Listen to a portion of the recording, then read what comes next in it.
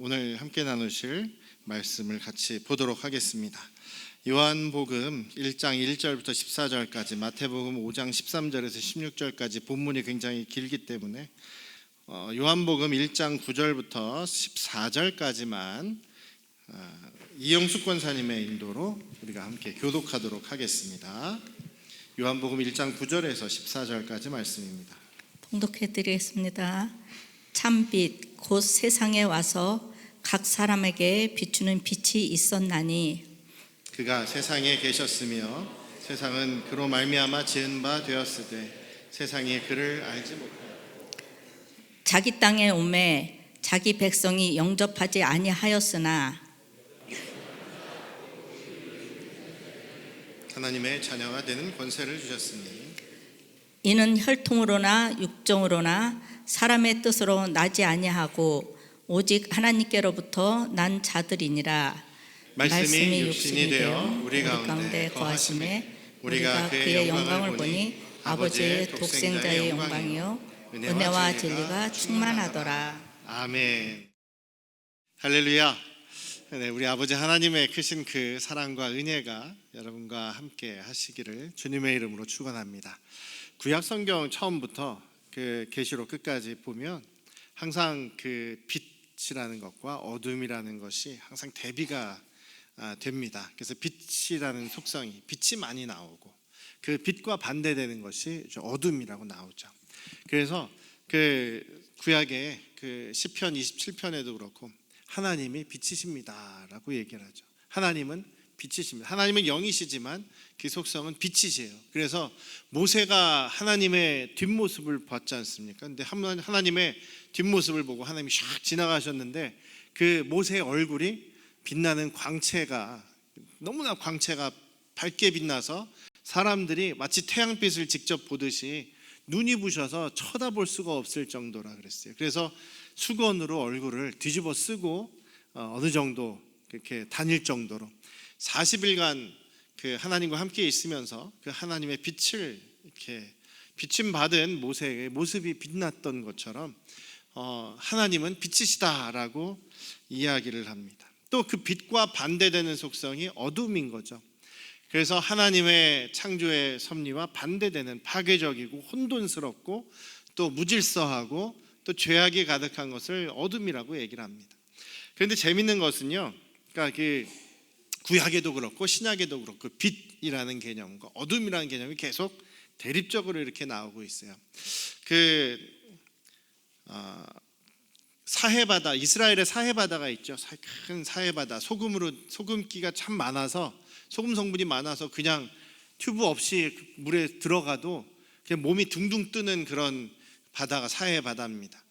그 바다가 시작되는 북쪽 지역에 그 바닷가, 사해바다 옆쪽으로 그 여러 그런 지형이 굉장히 건조한 그런 모래가 많은 그런 지역이 있어요. 사진 한번 보여주시면 저런 지형이 굉장히 많은데, 그러다 보니까 바람이 불고 또 비가 오면은 구멍이 뚫리고 해서 그 동굴들이 참 많아요.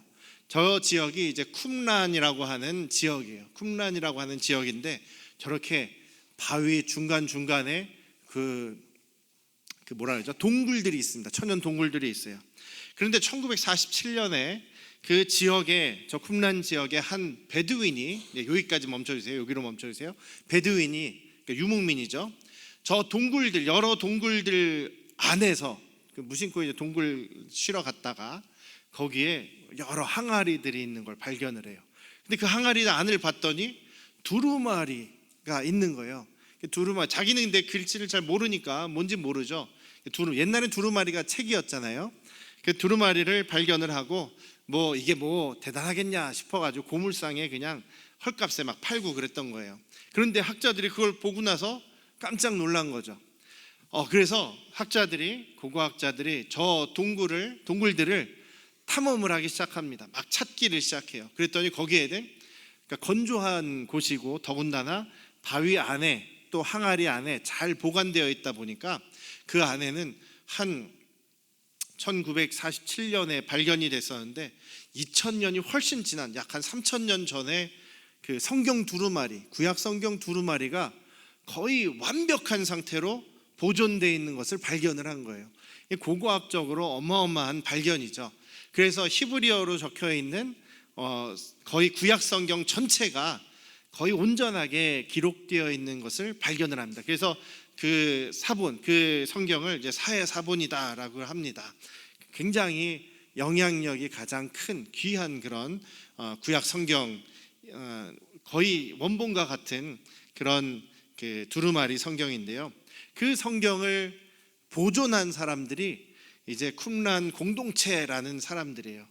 쿰란 공동체라는 쿰란 지역에서 모여서, 수도원의 이제 수도승들이 은둔을 세상으로부터 떨어져서 모여 살듯이 모여 산 사람들입니다. 굉장히 검소하고, 또 이들은 하나님의 말씀을 꼭 붙잡고 하나님의 말씀을 잘 보존하기 위해서 열심히 하나님의 말씀을 그 두루마리에다 적고 또 그것을 읽고 보존했던 사람들이에요.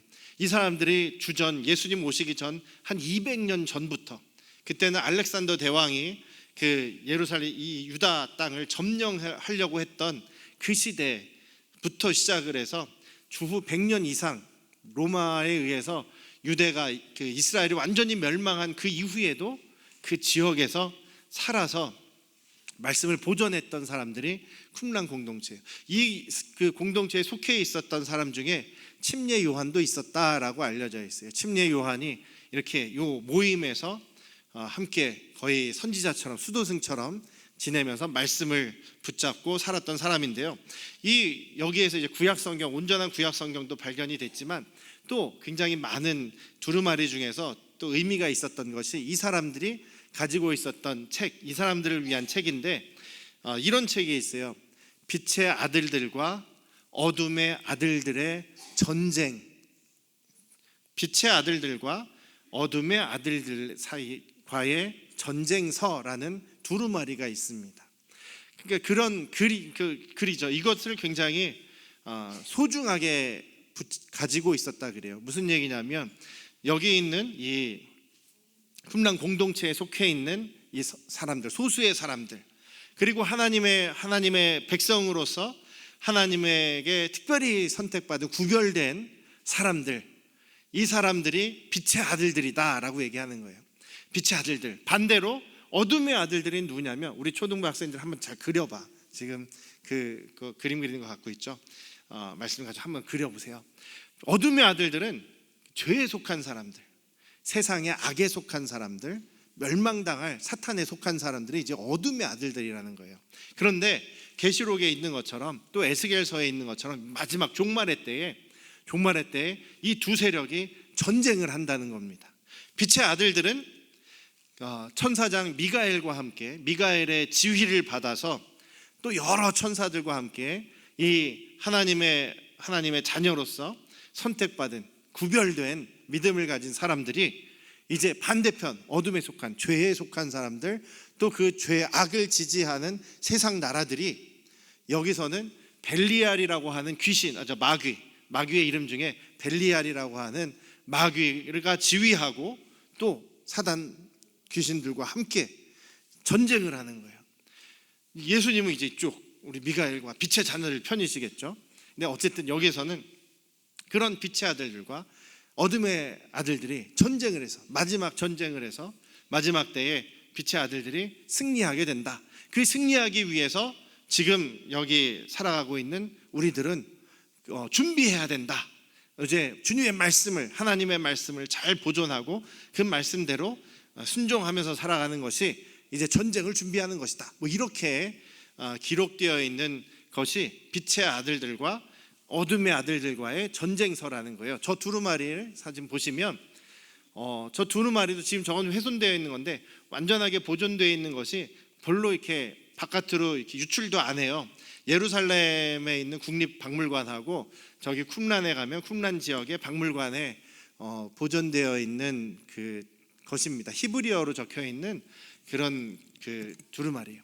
그러니까 옛날부터 또 우리 그 하나님의 말씀을 붙잡고 하나님의 백성으로서 살아가는, 우리 주님의 말씀을 잘 붙잡고 있는 사람들은 빛의 아들들이다라는 생각을 지금 그때 당시에도, 예수님 전부터도 이제 유대인들이 가지고 있었던 것이죠. 그것이 바로 구약 성경과 신약 성경을 이렇게 통과하는 그런 개념이기도 합니다.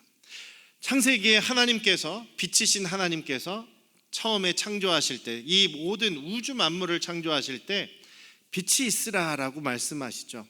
근데 빛이 있으라, 처음에 빛이 있는 것이 참 신기합니다. 처음에 하나님께서 태양아 있어라 하지 않으셨죠. 해야 떠라 이렇게 말씀하시지 않으셨어요.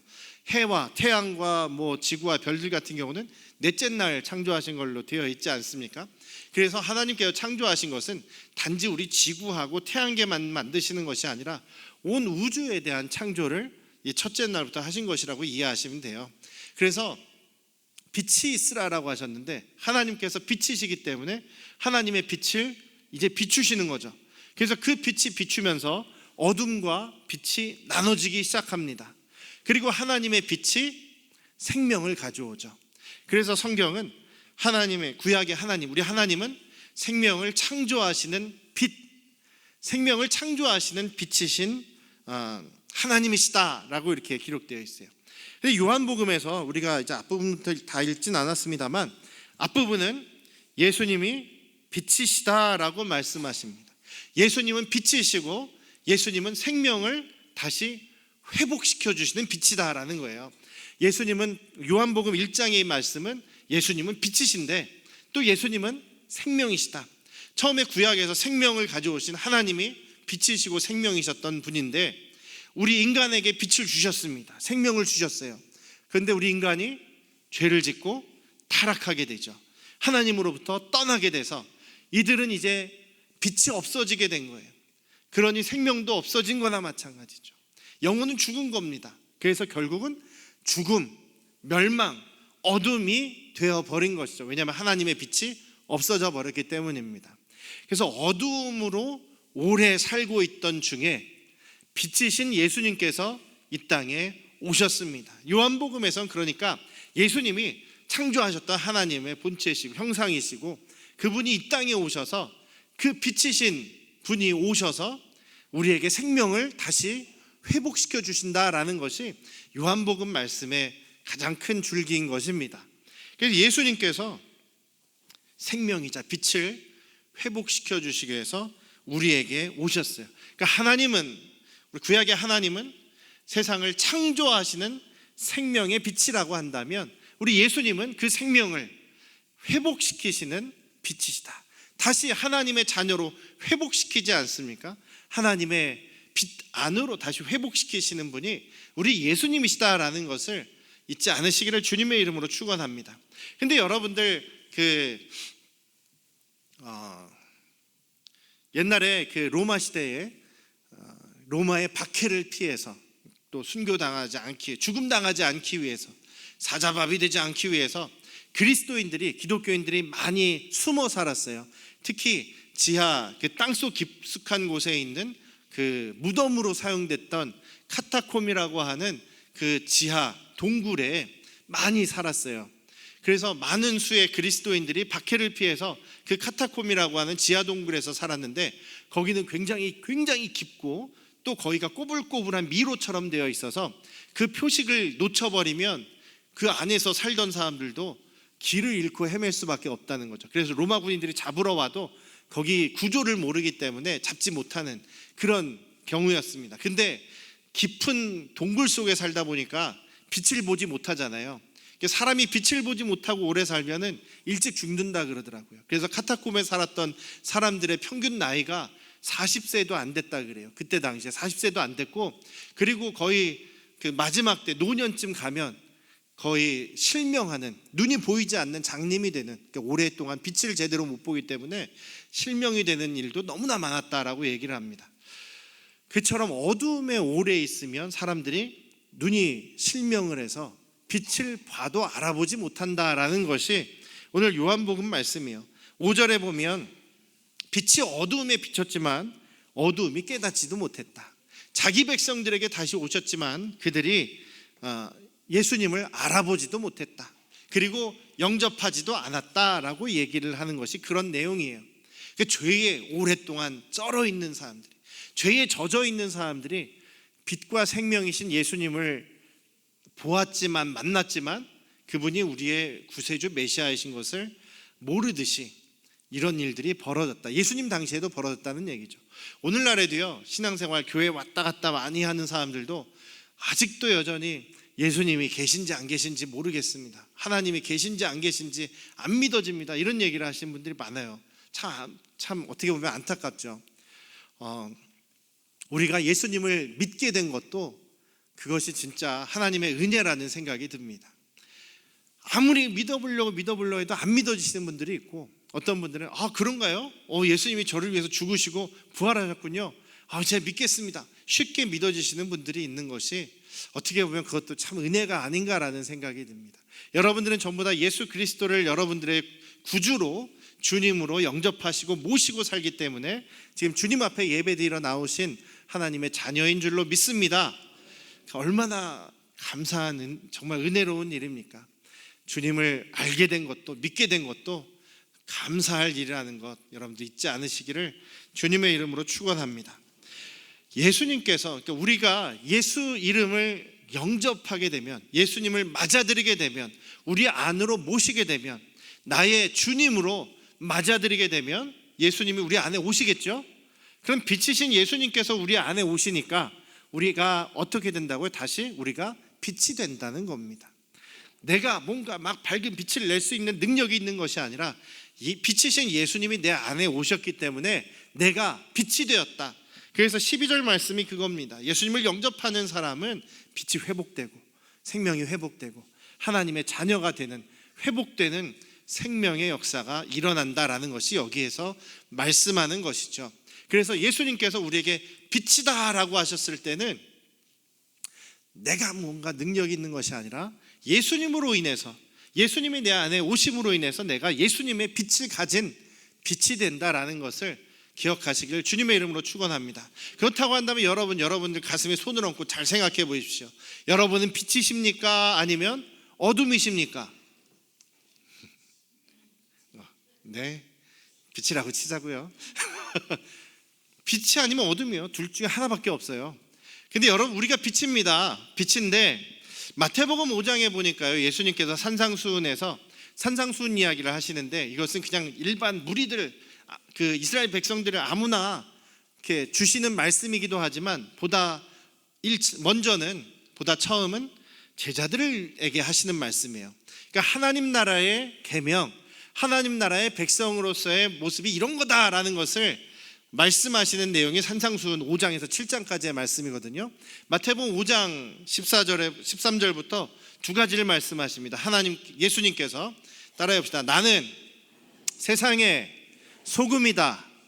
한 번 더. 나는 세상의 빛이다. 예수님께서 저와 여러분에게 너희는 세상의 소금이고 빛이다라고 말씀하십니다. 빛이라고 말씀하셨는데 이것은 무엇이냐면 예수님을 첫 번째로는 맞아들인 사람이죠. 예수님을 영접해서 예수님의 빛을 가진 사람이 빛입니다. 그래서 너희가 빛이다라고 예수님께서 말씀하시는 거예요. 그런데 두 번째로는 우리가 완전한 빛이 아니라 불완전한 빛이라는 거예요. 빛이지만 어둠으로 돌아갈 수 있는 존재들이라는 거죠. 여기서 지금 뭐라고 얘기하시냐면 너희는 세상의 소금이다. 그런데 만약에 너희가 소금인데 맛을 잃어버리면 어떻게 된다고요? 버려져서 밟혀지고 끝난다. 소금이지만 우리가 맛을 잃어버릴 수 있다는 얘기죠. 빛이지만 우리 빛을 잃어버릴 수 있다는 얘기예요. 뒤에서 나중에 그 사도 바울이 그런 얘기를 합니다. 한번 빛을 받아서 우리가 빛의 자녀가 되었는데 세상이 좋다고, 어둠이 좋다고 빛을 버리고 떠난 사람들이 있다. 그들은 다시 빛으로 돌아오지 못할 것이다. 이런 말씀을 합니다. 한번 빛에 비쳤던 사람 중에서도 어둠이 좋다고, 세상이 좋다고 빛을 버리고 떠나는 사람들이 많다는 얘기예요. 그러니까 지금 이것이 완전한 빛이면 좋겠는데 우리 스스로 또 어둠을 사랑해서 빛을 버리는 일이 생길 수 있다라는 것이죠. 그래서 예수님께서 산상수훈 마지막 뒷부분에 결론적으로 뭐라고 얘기하시냐면 나한테 찾아와서 주여 주여 하는 사람이라고 해서 다 하나님 나라 가는 거 아니다. 하나님의 말씀대로, 뜻대로 계속 실천하는 사람이어야지만 하나님 자녀다. 이 말씀하시거든요. 우리 빛을 잃어버릴 수도 있다는 얘기입니다. 오늘 이 마태복음 5장 16절에서도 그래서 너희 빛을 계속 비춰라. 세상에 계속 밝게 비춰라. 그래서 사람들이 너희 빛을 보고 하나님께로 돌아오고 하나님께 영광을 돌리게 하라라는 말씀을 하고 있는 거예요. 예수님께서 저와 여러분들을 구원하셨습니다. 그리고 빛으로 회복시켜 주셨습니다. 믿으십니까? 그렇다고 한다면 우리는 빛으로 살아야 되는 것이고 빛을 잃어버려서는 안 될 것이다 라는 이야기입니다. 마태복음 5장에서는 그렇게 얘기를 하죠. 너희는 세상의 빛이다. 그러니 너희의 그 착한 행실을 사람에게 보여라. 사람들이 그 너희의 착한 행실을 보고 하나님께로 돌아오게 해라 라고 말씀하십니다. 그래서 여기서 착한 행실이라고 하면 단지 우리가 뭐 도덕적인 것, 윤리적으로 착하고 선한 것 이것만을 생각할 수가 있는데 더 넓게 보면 포괄적으로는 예수님을 닮아가는 것입니다. 예수님을 드러내는 것, 예수님의 성품을 드러내는 거예요. 자, 따라해 봅시다. 예수님의 성품을, 예수님의 사랑을, 예수님의 빛을 드러내는 것. 드러내는 거. 따라해 보세요. 드러내는 거. 네, 제가 작게 얘기한다고 여러분들이 얘기를 안 하셨네요. 드러내는 겁니다. 그래서 빛이라는 것은요, 나 혼자만 그냥 나만 빛이야, 나는 예수 믿었으니까 이제 난 천국이 보장되어 있는 구원 열차 가는 티켓 난 보장됐어, 이것이 아니라 예수님께서 말씀하신 빛이라는 것, 빛의 자녀라는 것, 빛을 비추어야 되는 사람이라는 것은 항상 예수 그리스도를 드러내는, 예수 그리스도의 인격을 드러내시고 예수 그리스도의 그 부활의 생명을 드러내시라는 이야기입니다. 올 한 해 우리 안양 성도교 가족들은요, 빛이신 예수님을 더 닮아가시기 위해서 주님과 더 깊은 관계, 주님을 더 알아가시고 주님을 더 닮아가시기 위해서 우리 힘쓰고 노력하시는 우리 안양 성도교회 가족들 되시기를 주님의 이름으로 축원합니다. 네, 기도하겠습니다. 아버지 하나님, 주님을 더 닮아가기를 원합니다. 주님의 빛을 우리 안에 가지고 있으니 주님의 빛을 드러내며 주님께 영광 돌리는 우리 안양 성도교회 되게 하시옵소서. 예수님의 이름으로 기도드렸사옵나이다. 아멘.